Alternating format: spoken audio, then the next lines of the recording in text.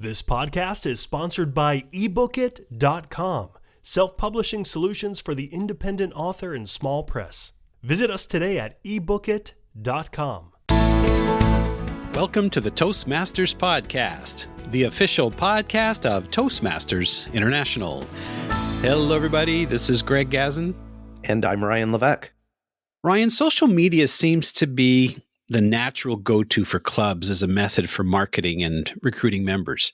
And for some, it's the only thing they use.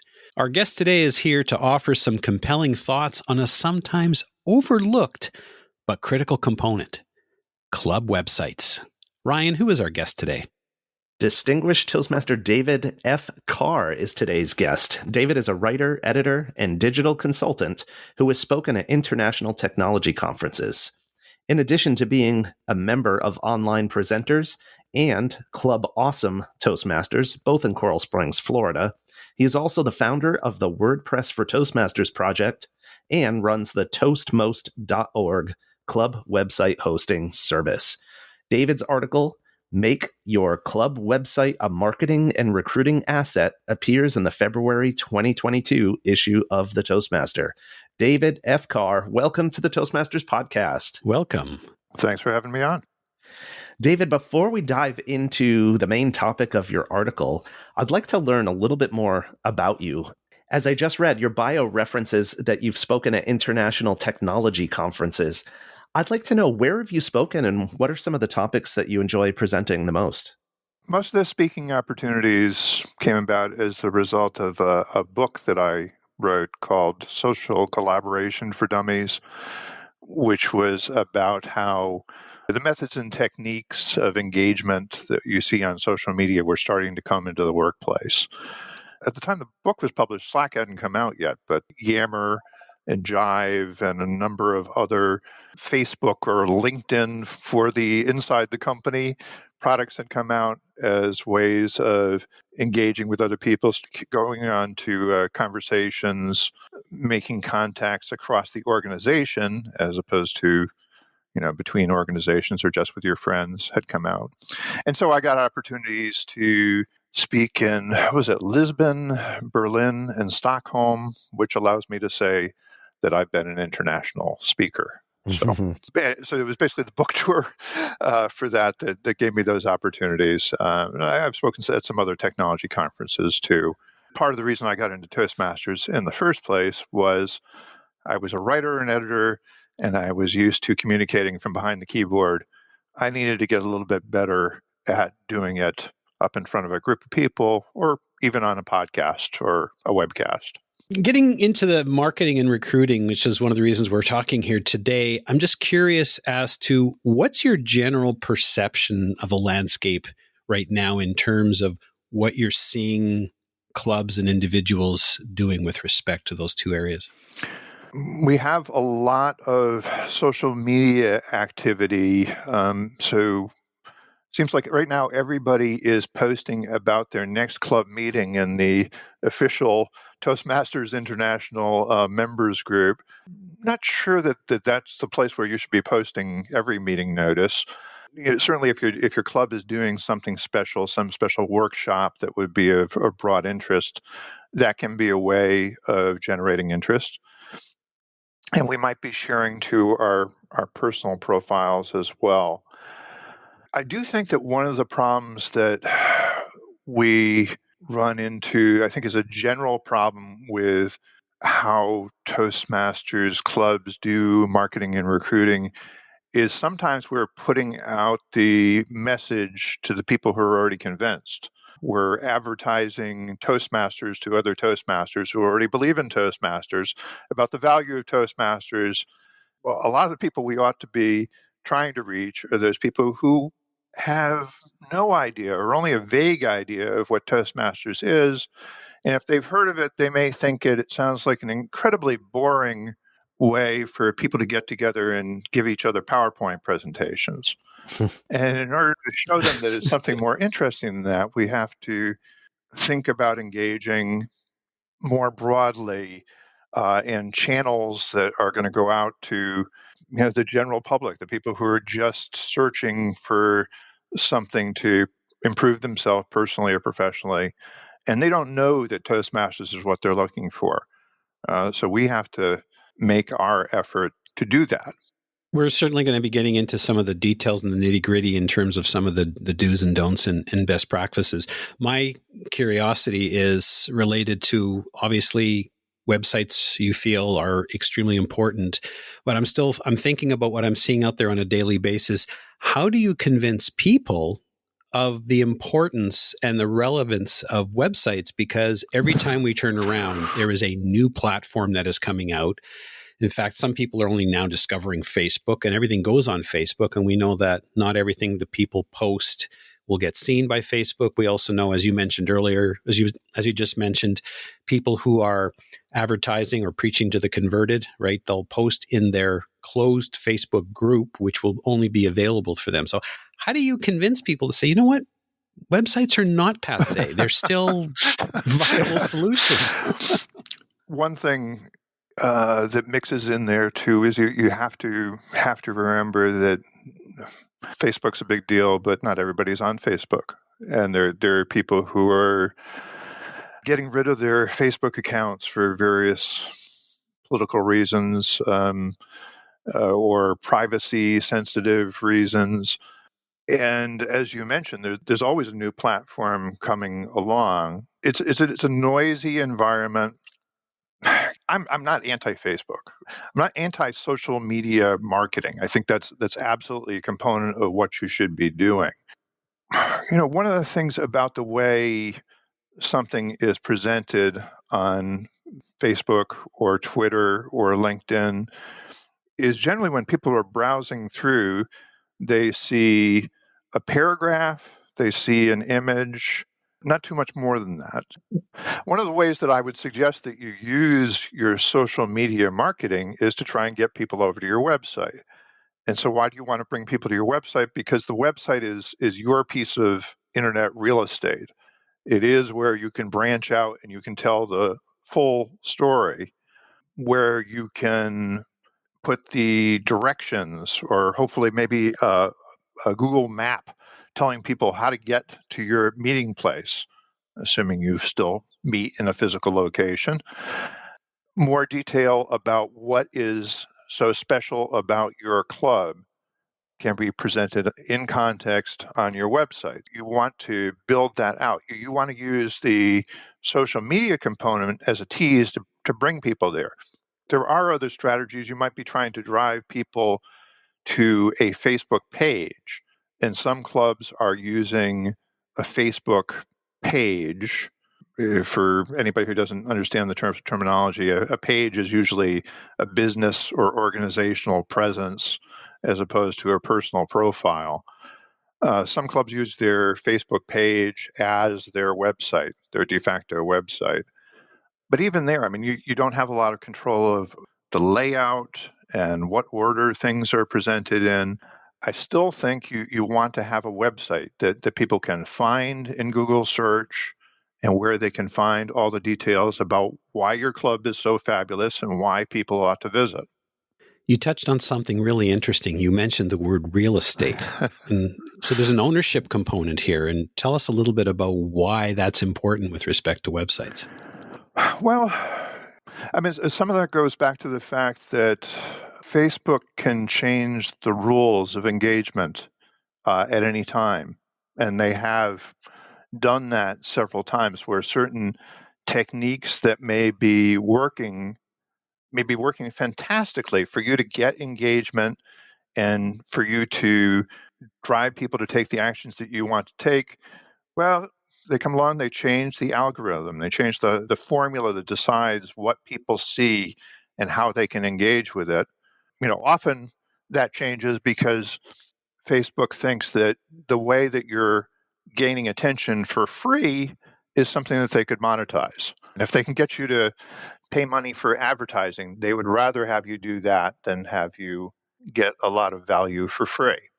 They're in business. I'm not saying that there's necessarily anything that evil about it, but the rules of the game can change at any time. Your website, you can, as I say, you can present things in the order that you want, the image that you want. depending on some of the techie details, which we said we would get into a little bit later. You can have control over the navigation of that website, what is emphasized, what kind of image you project, and have a lot more control than you can when you're operating within anybody else's platform, social platform, or whatever. David, as a distinguished Toastmaster who's been around the organization for a while, I'm sure you've come across dozens and dozens of Toastmasters Club websites, even before you started doing research for this particular article. But I'd like to get a sense, with all the sites that you've reviewed on different platforms, what are some of the things that you see that clubs are doing really well that will go a long way to attract and welcome prospective members? The positive example, I would say, is something that gives you some real way of engaging and get a sense of what that club is like, what the personality is like. I would say that using video on your homepage is probably one of the most powerful things you can do. Now, of course, it depends on the quality of that video, but we're in this business, we're in this interest area of speaking and presenting. To the extent that if you're doing things online, you just have to start recording on Zoom. You might want to have somebody edit that down to a good clip. I mean, I have a whole riff I can give you about why clubs should record things routinely. My home club does that, and we only share the videos privately, but then occasionally we'll twist somebody's arm and say, you did a really great job on this. Can we share this on the website? And it's not that hard to do. If you have a video of a good, compelling speech, you edit it down a little bit, you put it on YouTube, you can embed that YouTube video on your website and give people a real sense of what it might be like to visit this club. The fact that there's great talent within your club. Show off how fabulous you are. What most clubs do is they have a posed picture of the club members staring at the camera on the front page, and they have a few links, maybe. I think one of the worst things that I see routinely, and I've seen this on small business websites and other websites as well, is promoting the upcoming event that happened a year ago, maybe 2 years ago. Right. Somebody got excited about the website and posted something, and then they haven't gone back to it and updated it. You want to make sure that you have, as the basics, current information. It should say where and when, and these days also how, online, hybrid, in person, you meet. So those details need to be there up front. But also, I think that probably the most all-important thing is that you need to brand yourself in some way. And I'm not talking about the Toastmasters brand manual about what colors to use and all that. That's very important. But you need to brand your own club. What is so special about your club? Why are you so fabulous? Why should we visit you? And I think that is even more imperative now that we have online and hybrid as such a big component of how Toastmasters clubs function. Because once you say we're going to allow people from anywhere in the world to attend, well, that's great. You're opening yourself up to big possibilities, but you're also competing with the entire rest of the world. Whereas before, people were searching for and finding a club that was within driving distance and met at a time that was convenient for them. Those are probably maybe the two most important things to advertise, is where and when. But beyond that, what is it? Is this a club that is focused on comedy? Does it have some kind of specialization like that you want to promote? And I probably shouldn't diss the picture of the club members entirely, because seeing a face that I recognize, if I'm looking for a local club, oh, he's in that club? Well, maybe that's the one I should visit. That can be a very powerful thing. But I would rather have that be a picture of them in action, giving a speech, doing something a little bit more dynamic rather than a posed picture. Right. Yeah, fair enough. I guess also as we move into more of this global world, when I said you need to say where you meet, if I say it's a club in Melbourne, well, if that's Melbourne, Florida, that's quite a bit different than Melbourne in Australia. So you might actually need to think about how you spell out some of those things a little bit more clearly.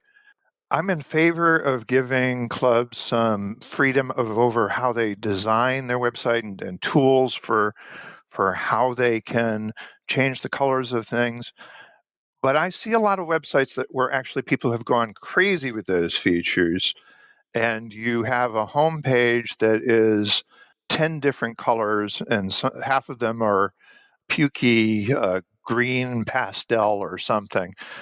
There was this phenomenon when they first came out with desktop publishing software. They would talk about ransom note typography, using every possible font on the page. That is not what is going to make a great impression on people. Think about design in terms of simplicity, clean presentation. You can use some special effects where they're meaningful and they help you tell your story, but don't use them just for the sake of using them. Yeah. Obviously, if people are looking for Toastmasters branding, then obviously they should be using the Toastmasters branding guide, which is readily available at toastmasters.org. But I'm thinking here, we're talking about differentiating yourself. Certainly, there are some clubs that are focused on a particular area. They might be focused on entrepreneurship, humor, as you mentioned. What happens if they're not niche focused? What are some of the things that they could potentially do to say, hey, we are here, we're different. I mean, we are, but we're not. Yeah, I mean, I can think of one just being time and location. Mm-hmm. What can they do? Because they might say, well, we tried everything we can think of, but it doesn't work. Well, one, I'll go back to video as a way of showcasing somebody in your club who has special talents. Also, if you have some way of including blog posts or articles, get the people who are knowledgeable and talented in your club to do an article. Some of it could just be stuff about club operation that would draw in other Toastmasters, but public speaking style, techniques. Get your people engaged if you can in creating some blog posts or articles that showcase their knowledge and expertise. That can be something that draws people in. It can also be something where if other people say that's the best article I've seen on video recording Toastmasters speeches, and they link to it, then that can drive up the search engine juice coming over to your site, because incoming links are one of the factors that factor in that. I think location, assuming we go back to a world where Toastmasters doesn't become all clubs meeting online, assuming that location remains a big factor, definitely continue to emphasize that. Even if you're going to be a hybrid club and you're welcoming members who might be from outside of driving interest, that local focus is still going to be a big deal for you, that people want to connect with the club, that some of their personal friends are in, people that they're going to see around town, that it is a place where they can maybe network with other small business owners.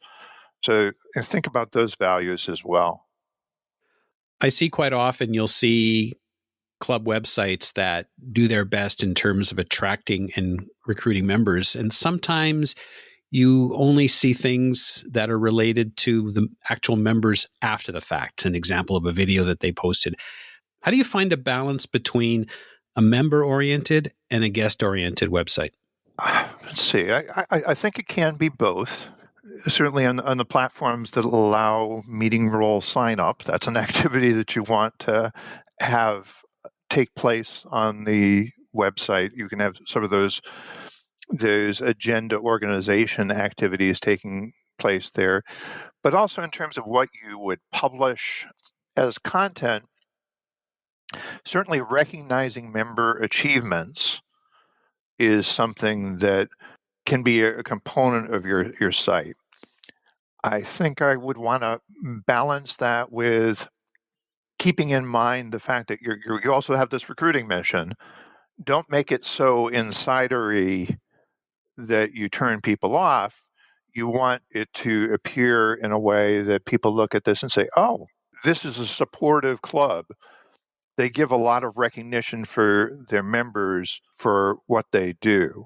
The reason I think that's a little bit of a tricky balance is I don't want you to have stuff that's just talking to your existing member base as what's at the top of the homepage, where it seems so insidery that people outside can't necessarily even decode it.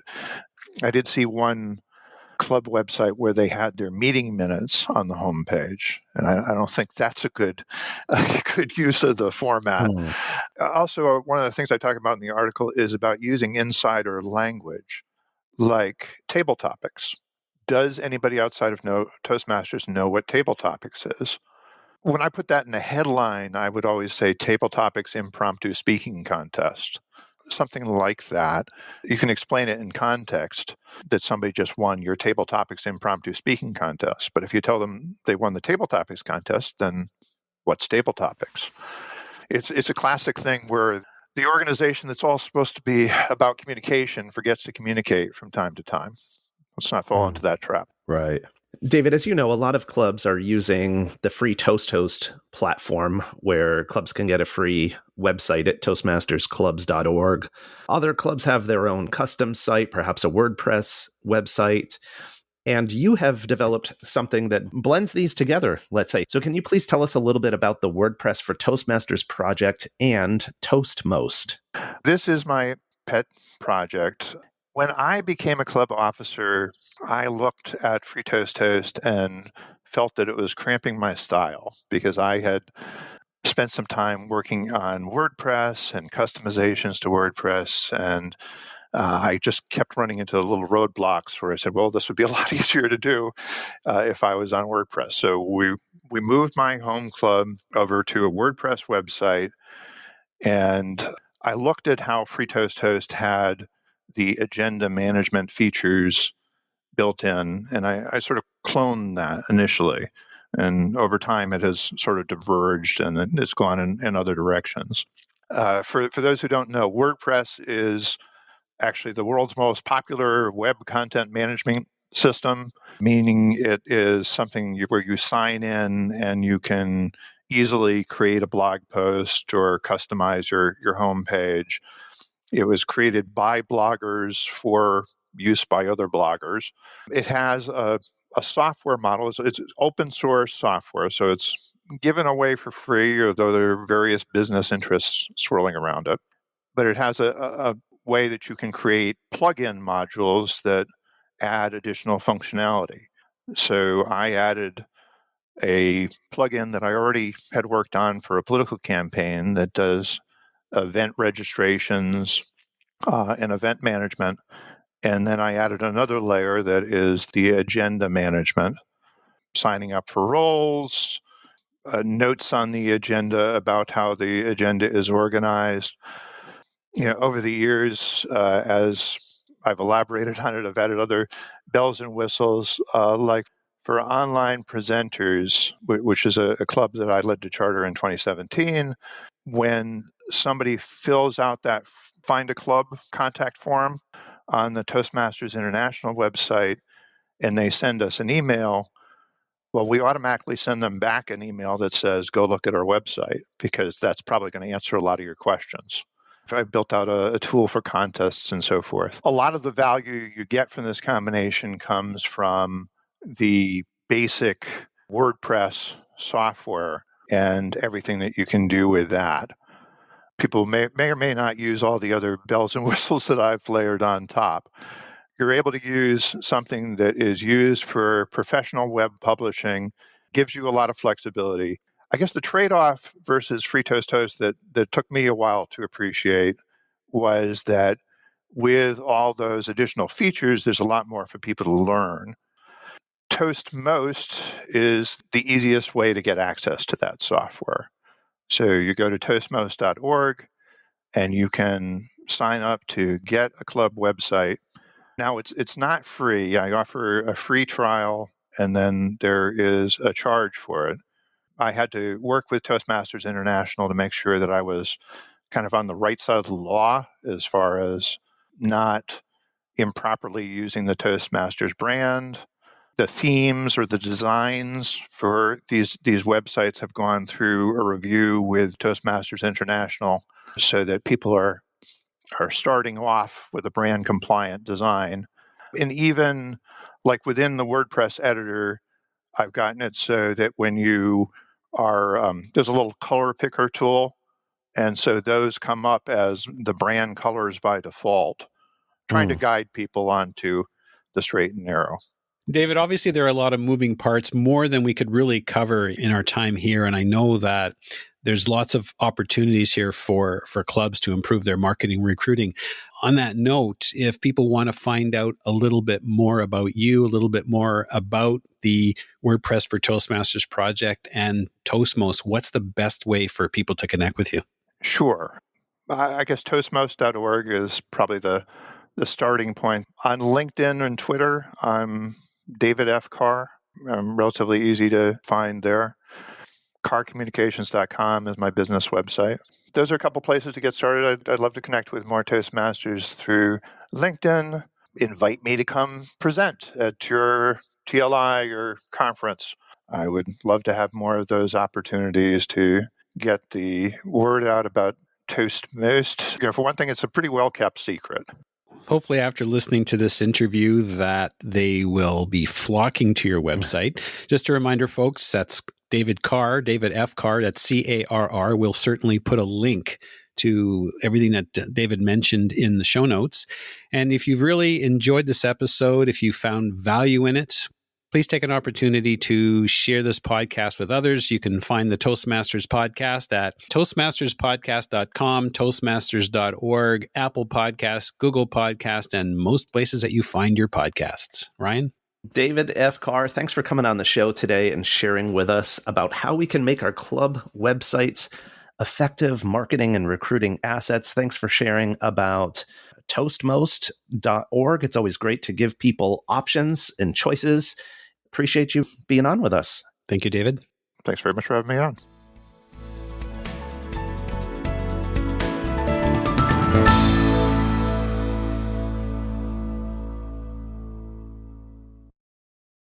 Isn't it about time you published that book you've been thinking about?